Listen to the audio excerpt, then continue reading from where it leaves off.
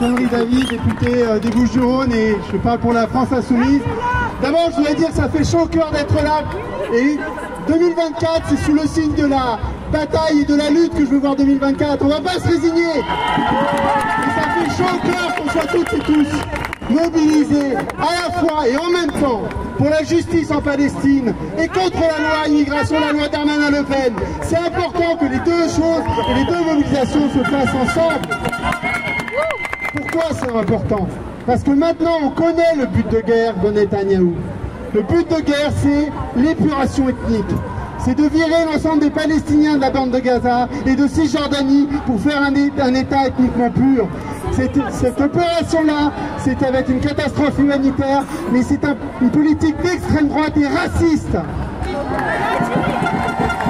Et dans la même période, on apprend qu'en Allemagne, l'AfD, qui est l'équivalent du Rassemblement national, a rencontré des néo-nazis pour réfléchir à une loi de remigration de millions d'Allemands d'origine étrangère. C'est ça qu'ils imaginent en Allemagne, et de remigration y compris de ceux qui les soutiennent, donc vous et nous, toutes et tous ici.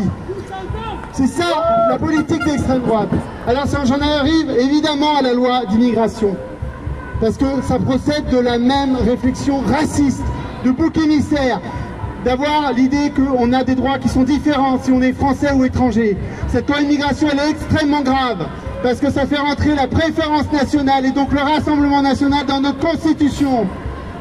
Il faut absolument dire non.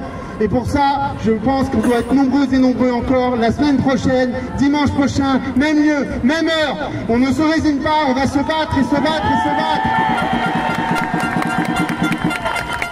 Et moi je conclurai là-dessus, que l'année 2024 soit à la fois l'année de nos colères, et que nos colères on les entende partout en France, à Marseille, mais aussi ailleurs, dans tous les villages, parce que c'est la colère qui doit nous animer. Quand on voit qu'on laisse des enfants dans la rue qui meurent de froid, c'est la colère qui doit nous animer face à toutes ces familles binationales qui vont voir certains d'entre eux devoir rentrer dans des pays qu'ils ne connaissent même pas. C'est la colère qui doit nous animer quand on voit des mineurs non accompagnés qui dorment à la gare Saint-Charles. On ne doit pas laisser passer ça.